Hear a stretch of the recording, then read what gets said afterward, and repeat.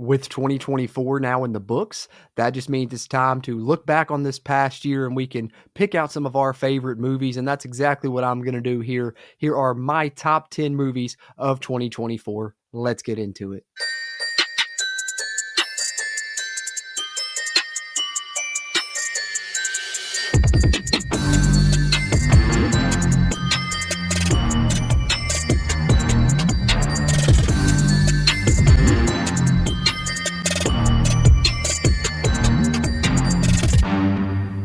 What's happening? What's happening? What's happening? Welcome back into JC's Movies, where you can see all kinds of content about movies and TV series with me, JC, here today to discuss one of our end of year ranking videos. Of course, last week I brought you my most anticipated movies of 2025 and told you guys I would have the 2024 list coming. Had a few more movies I wanted to get in. I watched 2 or 3 since then that I wanted to get in here at the tail end. Got up to 40 movies this year. Didn't hit my goal. My goal is usually around 50 or so. I'd like to be able to do a lot more than that, but running the other channel and covering WVU football, pretty much full time for the Country Roads webcast makes it a little bit more difficult. But this year I am going to put up a lot more reviews on the channel. That is the goal for 2025, more so than just putting them up in podcast form, do single video reviews. So you can expect that in 2025. And a lot of those movies that were on my most anticipated movies list will be there next year being reviewed. So if you're into those, be sure you're subscribed here to the channel. If you want to check out that video, I'll put a card for it right here in the top of this one. And if you haven't already, be sure you hit the like button on this one. It helps the channel a ton. And like I said, hit that subscribe button. Trying to grow this channel up since the split with JC CFB and JC's Movies. Not everyone has came over here to JC's Movies and subscribed yet, and I'm hoping that they do. But with no further ado, let's talk about some of my favorite movies of 2024, starting with number 10. And we will get into some honorable mentions as well after we get through with the top 10. But right here at number 10 is a movie that I probably wasn't expecting to rank as high as it did, but also another great job by A24. I shouldn't be surprised there. As at number 10 for me, it is Civil War, directed by Alex Garland. Of course, kind of this post-apocalyptic type of movie, almost end of the world type of thing. Like we've seen a couple of these in the past few years. We had the, what was it, Don't Look Back or something like that. I can't remember the exact title, the one with Julia Roberts, and then we had Don't Look Up, which I really enjoyed. I think that was last year before, and then now we get Civil War from A24, which is kind of, a similar concept, but this one's more so with, the world at war against itself, kind of a new civil war, obviously, as you see in the title there, as it gives out. But you're really following a photographer and, a kind of a junior photographer and like this team that goes around and, they're war photographers. And just an interesting storyline that develops that I wasn't expecting to, captivate me so much, between Kirsten Dunst and the younger character there played by Kaylee Spaney, I believe, who also was in Alien Romulus, which may or may not pop up on this list momentarily. We'll talk about that. But Civil War, if you haven't seen it, I definitely suggest it. It's a movie that kind of grips you to your seat and you're wanting to see what happens next in this crazy universe that you're thrust into, that this movie creates, that you hope never is recreated in real life in this one. But a good film, good time nonetheless. So for me, Civil War, my 10th favorite movie of the year. Let's go on to number 9. And at number 9 for me, it's a movie that was, pretty anticipated for me just because of my love for Twister, the original 90s classic. Some of my favorite all-time movies, and a lot of my all-time favorite movies come from the 90s, and that was one that I'd watched a ton to just see that they were finally doing another one. Modern day effects, you were wondering how cool could things be. Sometimes the CGI leaves a little bit to be desired, but they did do a good job mixing in some other effects in this one. It did look good at times. I know a lot of people had mixed reviews for this one, but I really enjoyed it. I watched it another time since, I watched it in theaters. I think, Glenn Powell really stole the show for me in my opinion, but the end of it, when the main character kind of gets to have her journey and the way her journey is realized and her character arc throughout the movie is super well done. Now, there's a lot of it predictable and you kind of see things coming, of course, but I loved the callbacks that they did. I know a lot of people don't like that. They say it's just fan service or something, but I'm a sucker for that type of stuff. So all the callback lines and moments I thought were fantastic. And, really the way that they kind of took some of your expectations of them doing a remake and knowing the stuff that about the first one and kind of flipping it on its head with, the tornado team versus the ragtag team. And it's kind of the opposite in this one. I thought that was a nice touch, especially for people that are fans of the original that were kind of maybe knowing what to expect in this one. It's a nice touch for them. And it gives something, kind of a little twist and turn for the audience that may not be familiar with it. Maybe this was their first exposure to Twisters, and they're going to go back and watch the original now, and then they'll be able to say, "Oh, I see what they did in the new one." So I liked that, and some really good soundtrack in it. The Luke Combs song. I mean, I've been playing that ever since I saw the movie, so it stuck with me. I thought it was a really fun time at the movies, and it's one of those. It's a popcorn flick. You could go there and just kind of turn your brain off, watch it, enjoy it, have a good time, be gripped by some pretty cool action set pieces, and really laugh a few times because I thought it had some really good comedy. That's what I thought was underrated in the movie, potentially, in my opinion. But all in all, I really enjoyed it, and it was a throwback for me. It felt like the old days going to a movie in the 90s, early 2000s, and we don't really get that type of action film. And a lot of these reboots, remakes sometimes have missed the bar, but this one didn't for me. So it comes in at number 9. And then at number 8, falling right in line with what we were talking about there with Twisters, as far as remakes, requels, whatever you want to call them, that didn't miss the bar. They understood the assignment, as the youngins like to say.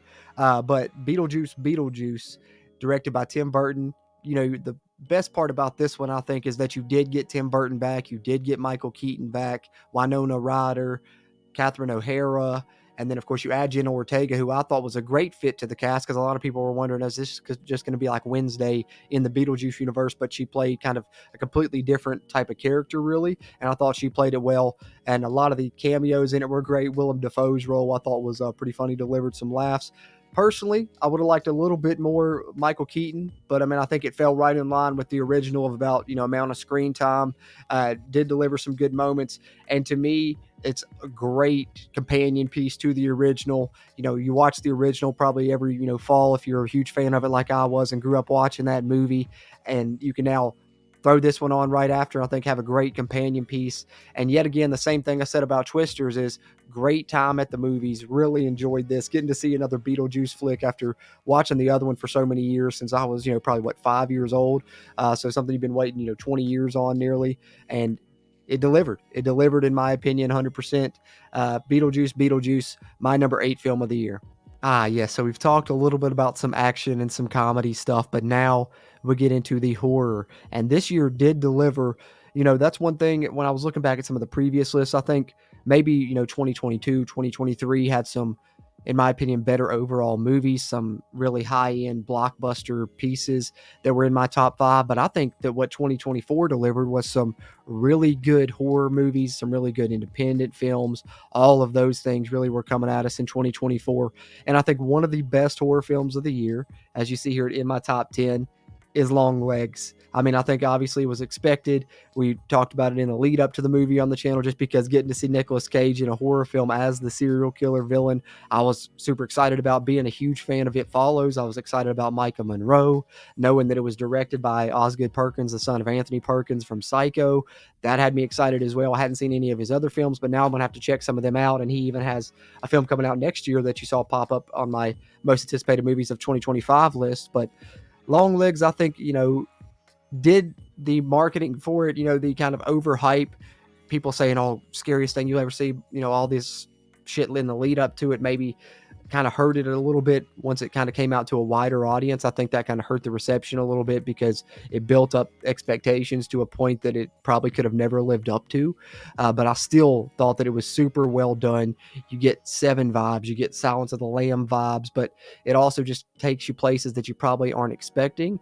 And, I think a lot of people thought that the kind of twist was a little bit predictable, and maybe so. I'd kind of agree with that to an extent, but I think what's good about the movie is that the tension and stuff was still there, even if you did see a couple of things coming towards the end, and you were still invested into seeing, what the turnout was going to be for the movie. And Nicolas Cage, wow, what a job, man. Would have loved to see even more of him in the movie. That was one of my only down points because he was just so awesome. But Long Legs, for me, one of the better horror movies of the year. Had a great time. So number 7 for me is Long Leg. Number 6, and man, to be honest, I'm surprised that Alien Romulus is not in the top 5. Probably maybe my biggest surprise from going through this list, because, after get close to the end here, and that's why I release this usually like second week of January if I can't get it out in the first week, because you're catching up on some releases you didn't get to watch yet that you wanted to, rank in this list. And then you're also going back and rewatching things, reconfiguring your list, figuring out what goes where because what I can say is for most of the year after I saw Alien Romulus, it was like number 2 or number 3 for me in 2024. And I thought it was going to be at least in my top 3 because I'm not a guy that's, huge on the Alien franchise, and you guys probably heard me talk about this in my review when I did it in the podcast for this movie. I really dove in a little bit more after I watched Romulus because I liked Romulus so much. I'd really only ever seen Alien and Aliens after Romulus. I've watched a few of the others, still need to catch up on some of them, but it was just a great theater experience for me. It's the first Alien movie I've ever seen in theaters, and it was really kept me on, pins and needles. I thought it was a lot of fun. The moment that I know a lot of people hate, with Rook, if you know what I'm talking about, I won't try and dive too much into spoiler territory. The CGI was bad, 100%, but it didn't hit me in the way that it hit probably huge fans of the Alien franchise that didn't really like that moment. Like I said earlier, I'm a sucker for, callback and fan service, so all the nods to Alien and Aliens I thought were really cool. But save for that moment, some of the effects were really awesome, but that, CGI recreation, not the best. So that's one thing that knocked it down a little bit, and especially when I was going back through and comparing it to some other movies. But really, one of my favorite theater experiences of the year, I will say. Surprised it's not in the top 5, but coming in at number 6, Fede Alvarez, Alien Romulus. And now let's move into the top 5, ladies and gentlemen. Here we are, my top 5 films of 2024. And of course, I always got to throw in the caveat, this isn't, a definitive list. This is just my list. These are just my opinions, the films that I enjoyed, my favorites. Not even saying the ones at the top of the list are better in quality than some of the ones that we've already ranked or are ranking here, because it's dependent on what you enjoy. That's how I do these rankings, is what did you enjoy the most? What's your favorite? And so that's kind of how I go about these things. But I would love to hear your all's list as well. Throw it in the comments down below if you've watched this video. I appreciate that. Appreciate those interactions here as try and grow the JC's Movies channel. But into the top 5 is one that was very high on my most anticipated films list when I dropped it last year. Looking forward to this year. I believe it was in the top 3. I know it was at least in the top 5. Nosferatu. Big fan of Robert Eggers now after seeing this movie. This was the first Robert Eggers movie that I've had to see. I need to go back and watch some of his other work now. Excited to see what he does next. But I really liked this take on it. What drew me to it was, Stephen King's son, Joe Hill's adaptation. He did a novel and then did a TV adaptation of NOS 4A2 is what he called it, kind of his take on a Nosferatu type tale, which then kind of sent me down the rabbit hole of getting into Nosferatu stuff, which is kind of just a retelling of Dracula. If you go back and watch the 1922 and you're familiar with the story of Dracula, similar story with names switched up. So, if you don't know what Nosferatu is, but you were wondering, it's essentially Dracula. It's a vampire movie. And what I think what's delivered here, besides some of the best cinematography of the year, some of the best visuals I'd seen all year in 2024 when I went and saw this the day after Christmas. It released on Christmas. Just awesome set design, the way that the castle looks, this gothic, just visual masterpiece is Nosferatu. So I think credit to Robert Eggers and a lot of the camera work. And what he did with shadows is something that you don't see any modern movies use. And so that was incredible. And that's why I said this is one of the more better made films of the year, in my opinion. Lily Rose Depp deserves a nomination at the Oscars, I think, for her performance. Thought Willem Dafoe was great. Nicholas Hoult, who you guys have heard me hate on it, I'm not a fan of his casting as Lex Luthor. I'm usually not a fan of his performances, but thought he was really good here. Aaron Taylor Johnson, everyone involved in the cast, really good in Nosferatu. Home run, hits the top 5 at number 5 for me in this list. Not my favorite horror movie of the year, but very close, because my favorite horror movie of the year comes in here at number 4. And that is The Substance, guys. And this is one of those movies that I mentioned, hadn't had a chance to watch, that I wanted to watch before I did this ranking, because I just heard so many good things about it. So I'm like, all right, I'll check it out. But I'm like, what potentially could this movie do to surprise me, is what I was thinking, going into it, because, I kind of knew from the premise, knew from, what I watched in the trailer. Okay, it's a woman that's kind of been a longtime star. She feels washed up. She wants to feel young again. She gets offered this thing, the substance, and it's supposed to make her, essentially young again, right? And I'm like, this is essentially Nutty Professor plot or something, right? That's what you think going in, is something similar to that. But let me tell you something, guys. Whatever you think about this movie, you're wrong. I'm just going to tell you that right away going into it, because you're never going to guess the twists and turns and the places that this movie takes you. Holy shit. That was my immediate takeaway watching this movie. That's just what I was thinking. It's one of those that leaves you like, wow, what did I just watch? My only complaint, the only reason it's probably not in the top 3 is because I feel like you could have cut 20 minutes after this movie out of this movie, because when you watch it, you'll see it and you'll feel like, oh, okay, there it is. That's what That's what happened. That's her end. That's the end of the movie. And then all of a sudden, something else starts happening. Like, wait, what? And at that point, I hit the button on the remote to check how much time's left. I'm like, there's 20 fucking minutes left in this movie. I'm like, how is that even possible? That there's 20 minutes left in this movie, and which that 20 minutes at the end is where you get some of the best carnage candy, which really sends this into like horror territory and such. But personally, I don't even know if I needed that.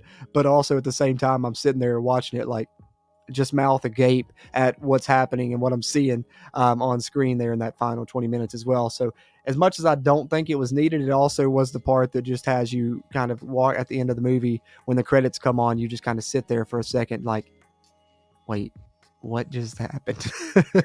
And I think because of that and because of the places that it takes you and the roller coaster ride that this movie is, you're going to get some of the best body horror I've seen in, kind of modern stuff.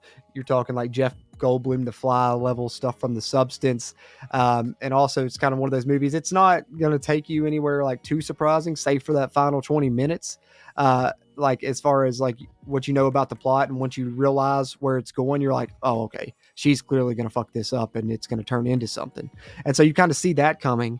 But even knowing that is what makes the movie so good, is because you can know that much and you're still not going to know where it's going to take you with the mistakes that she makes throughout the movie.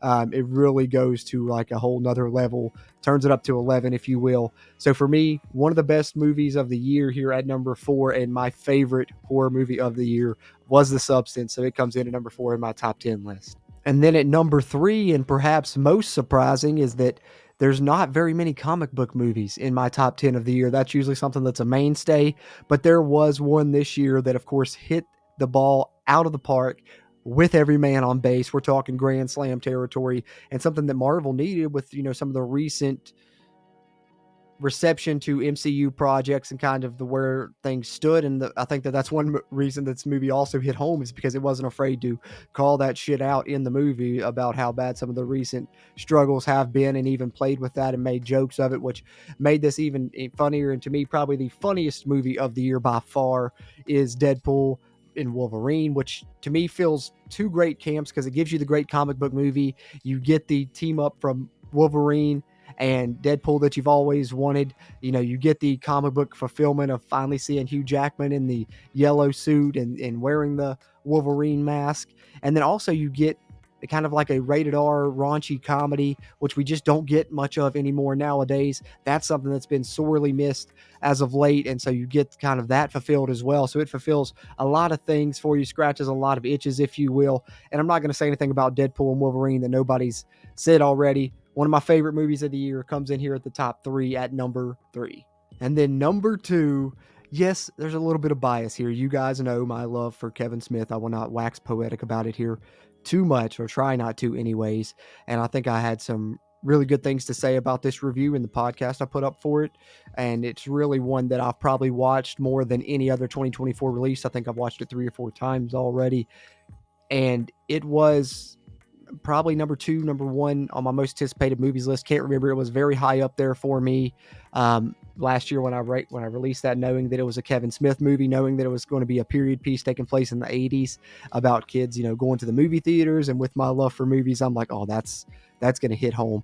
And I think it hit home even more than I was ever expecting it to. I think especially if you're a Kevin Smith fan, like this hits home for you in like another level, just because knowing a little bit of like the insider baseball, if you will, of about why the character's named Brian David, knowing that was going to be Kevin Smith's name, knowing a lot of the stuff about the other characters, and you realize that this is really true to Kevin Smith's stories from his past and his actual life, kind of retold, obviously turned up to 10 for comedic purposes, and other things added obviously to enhance and make it more entertaining, but it's nice in that way. And I think also for me, it really harkened back to some of my favorite movies of all time, which are John Hughes films, who's one of my favorite filmmakers of all time. Felt like Kevin Smith doing a John Hughes movie, and so that really hit home for me as well. Missed those John Hughes style flicks, so it had those vibes. And then also, if you guys remember, was that last year or year before, I can't remember, that The Fabelmans came out, was one of my favorite movies of the year from Steven Spielberg. Kind of him with a love letter to cinema, talking about his love for movies and kind of how he fell in love with movies.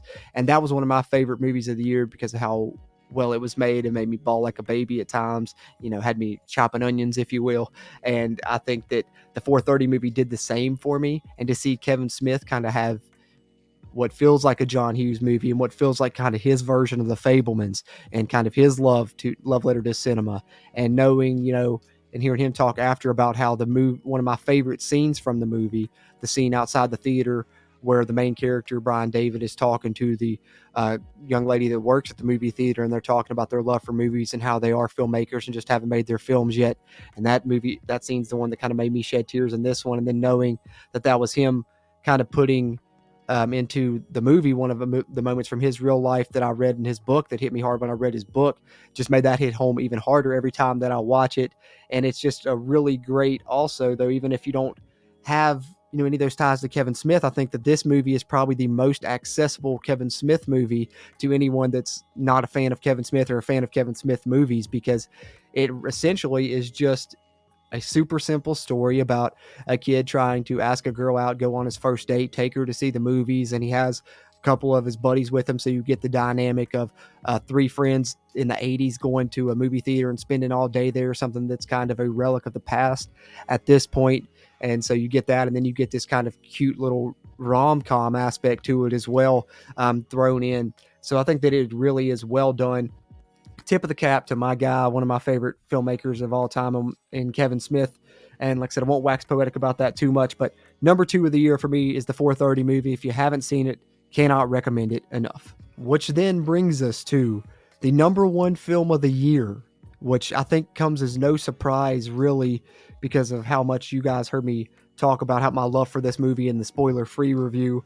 Never did get around to talking about spoilers too much for it, but hopefully I will get to do that in the future. And maybe we can throw in a little bit here as I wax poetic about Dune Part 2. And just to kind of tell you how much this movie hit me, is I'd never been a fan of Dune, hadn't known anything about Dune. And, I had a friend say, hey, let's go see Dune Part 2. I'm like, all right, let me go watch the original first before we go into it. So did a little doubleheader, watched the original on Max, then went to the theaters, watched Dune Part 2, and was absolutely blown away. One of the best looking movies I've ever seen in theaters, as far as a theater experience that blew me away visually, audio wise. Like the sound was incredible. Just everything that was put together was like an absolute cinematic masterpiece to me by Denis Villeneuve. I think in this one for Dune Part 2, and so much so that after that I went back. Of course, I watched David Lynch's Dune. I got the Children of Dune series on DVD I'm going to dive into. I've been watching a little bit of the Dune prequel series on Max. I need to still complete that. I wasn't a fan of it as much as I was of Dune Part 2 though, and I think I'm a huge Zendaya fan, for one. Always been a big fan of hers. And then Timothée Chalamet really blew you away in this one with his performance.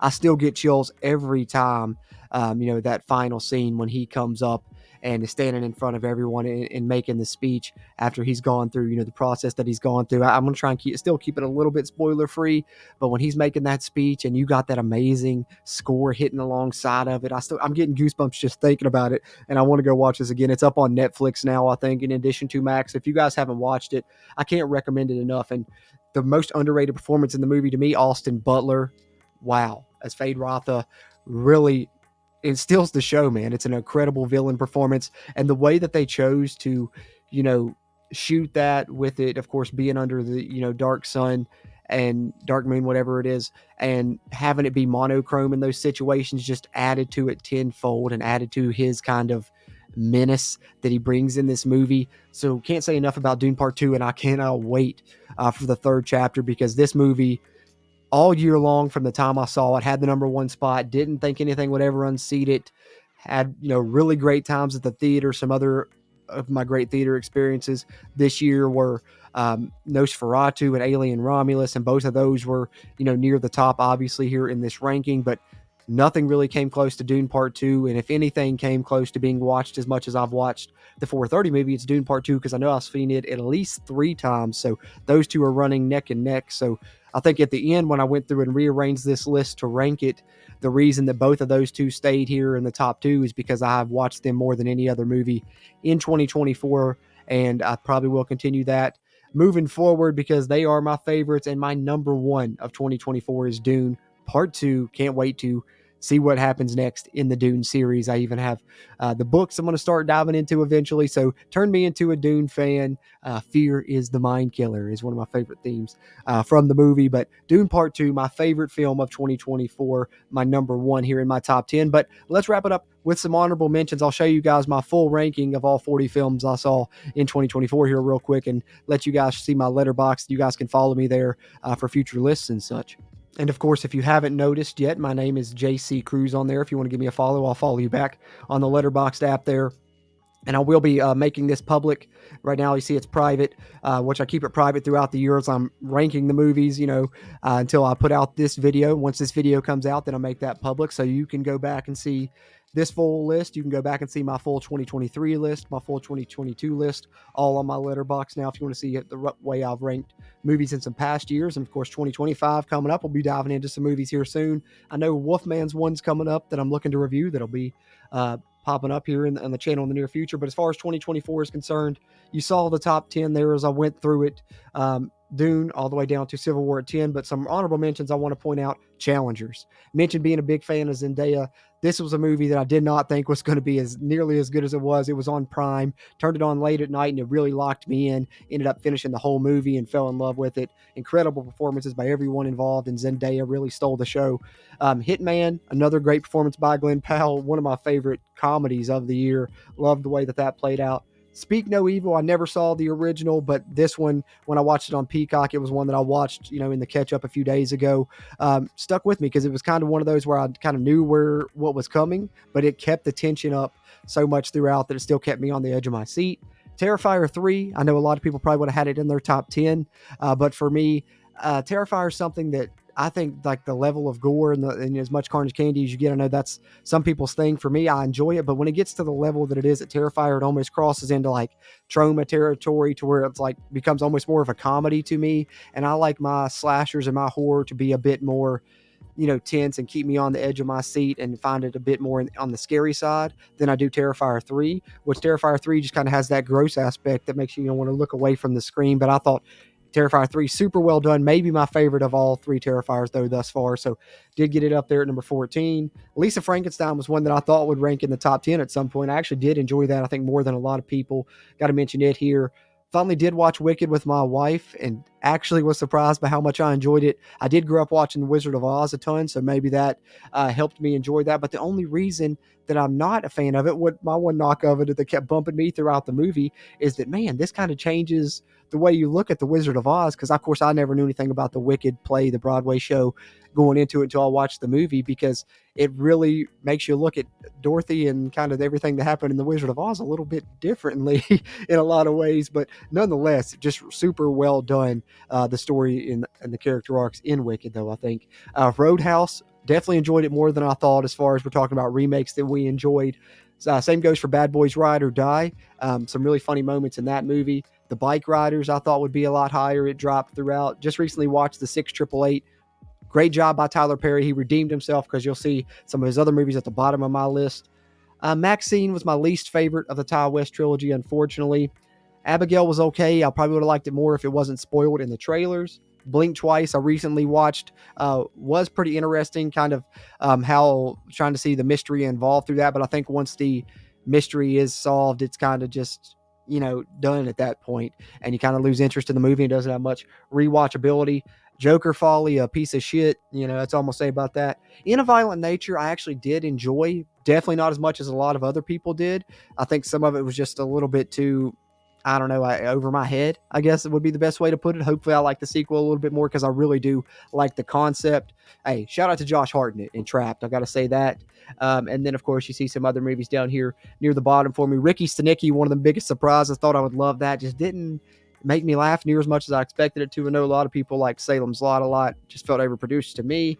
And then you see the other movies there to round out the bottom of my list, but wanted to run through some honorable mentions. And there's my full list. And like I said, if you want to check that out in its entirety in past years, it'll be unlocked now on my Letterboxd, and give me a follow there at JC Cruz. But that's what I got for my top movies of 2024. And I appreciate you guys tuning into this one. A little bit lengthy, but wanted to share some thoughts on these, because I know with the switch of the channels, a lot of people didn't get to see my reviews for these in the podcast form, probably with it previously being the JC's Pop Culture channel. But I hope you guys still enjoyed this. Before you head out, just hit the thumbs up button. Be sure to subscribe to the channel, especially if you're a fan of horror, comedy, and superhero movies and shows. Be talking about a ton of those here in 2025. And like I said, throw your thoughts in the comments on my list and share your list. I'd love to hear some of your favorites of 2024. I appreciate those interactions, just like I appreciate you tuning into this video, and I will catch you on the next one.